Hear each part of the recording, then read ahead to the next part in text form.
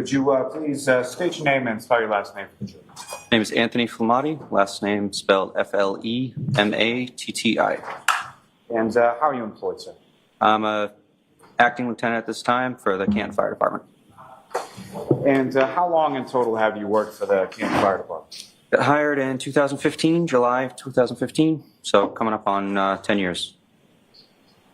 And on that right column of the 7th page in, what, if anything, do you see with regard to times? So we have our dispatch time, 6:06, en route time, 6:07, on scene, 6:14, at patient, 6:15, and we had transported from that scene at 6:27 and arrived at destination at the hospital, 6:45. Now, as far as when Mr. O'Keefe, you observed him on the ground, what, if any, snow did you observe on or around him in that area? So the snow was probably up to the mid-axillary point, so we're looking at probably halfway up his rib point. Top of his body was clear.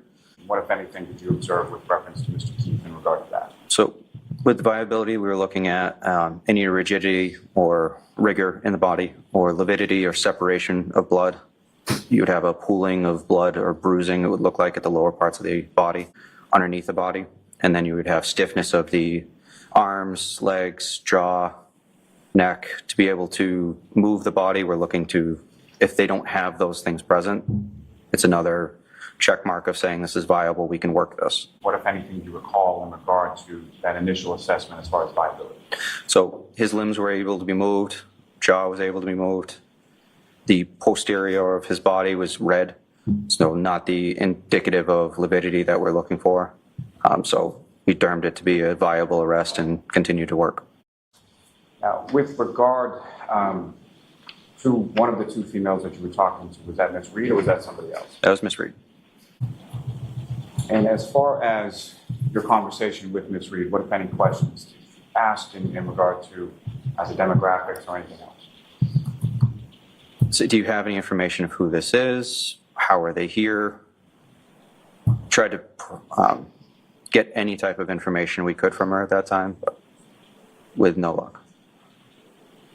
When you say with no luck, what, if anything, what, if any, response did you receive from Miss Reed in regard to your question? So the only response that I was personally given was just, I hit him, oh my God, I hit him. And when she's saying, I hit him, oh my God, I hit him, how loudly is she saying that? So she was within 2 feet of me, but very loud. Any type of follow-up questioning, did you hit him with your hand? Did you kick him? What happened? She just repeated the phrase over and over again, I hit him, I hit him. I want to talk to you for a second about the conversation that you indicated to Mr. Lally that you had with Ms. Reed. You were also asked about that conversation at the grand jury when you testified, correct? Correct. You testified that as the lead paramedic, you were specifically trying to get as much information from my client, Ms. Reed, as you possibly could concerning the victim and how the victim ended up being there, correct? Correct. You asked questions like, how do you know him, correct? Correct. How did he get here? Correct. What happened? Correct. So that was a conversation that you were personally engaged in with my client in order to gather as much data, if you will, about what you were dealing with, correct? Correct. But you did say that you had enough of a conversation with Ms. Reed that she answered you and said something to the effect of, I hit him, oh my God, I hit him. Correct. So then you followed up on that conversation, correct? As much as I could, yes. As a matter of fact, you said that you asked her additional elaborating questions. Correct. Well, did you hit him in the face? Or did you kick him? Or did you hit him with your hand? Yep. Okay. So that's a conversation that you're having with Ms. Reed face to face. Correct. That conversation was unproductive enough that you then moved the conversation over to Ms. McLaughlin, correct? Correct. Firefighter McLaughlin. Based on your memory, have you seen this before, by the way? No.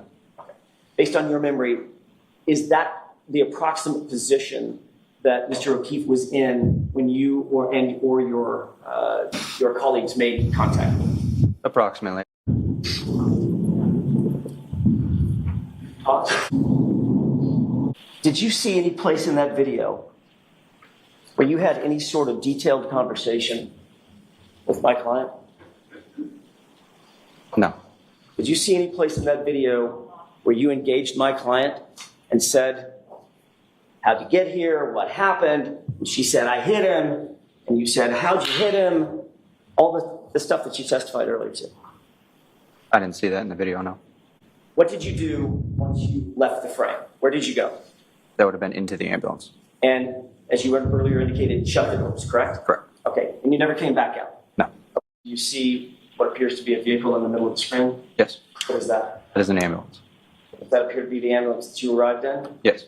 And that's the ambulance that you took Mr. O'Keefe to? Yes. Doors are closed? Yes. Are you in the ambulance at this point?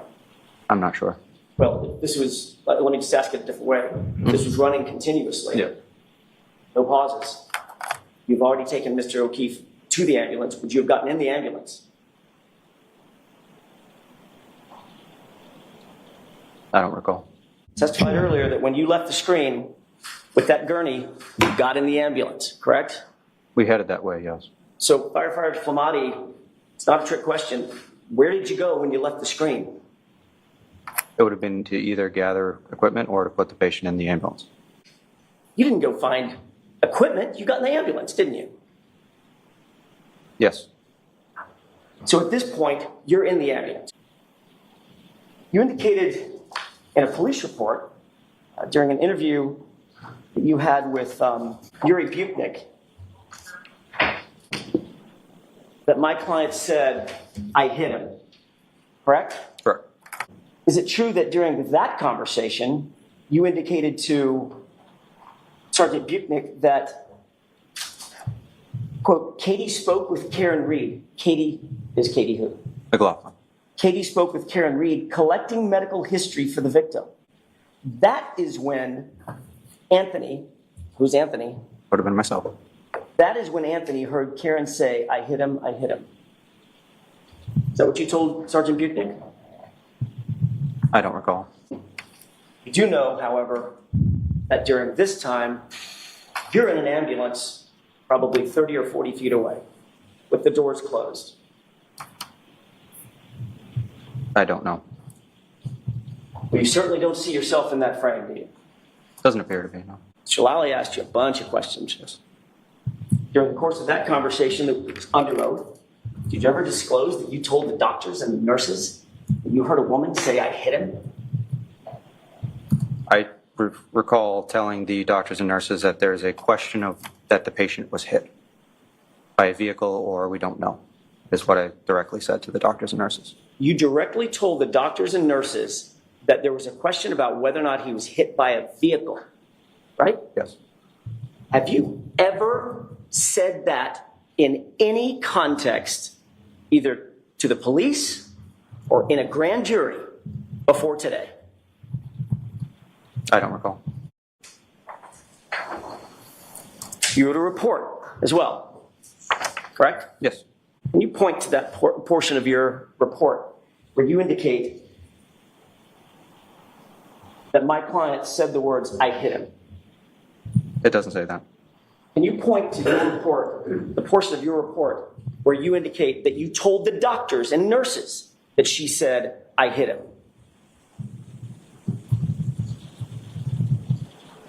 It doesn't say that. Can you point to that portion of your report where you indicate that your concern for the patient was that he had been hit by a car? Doesn't say that.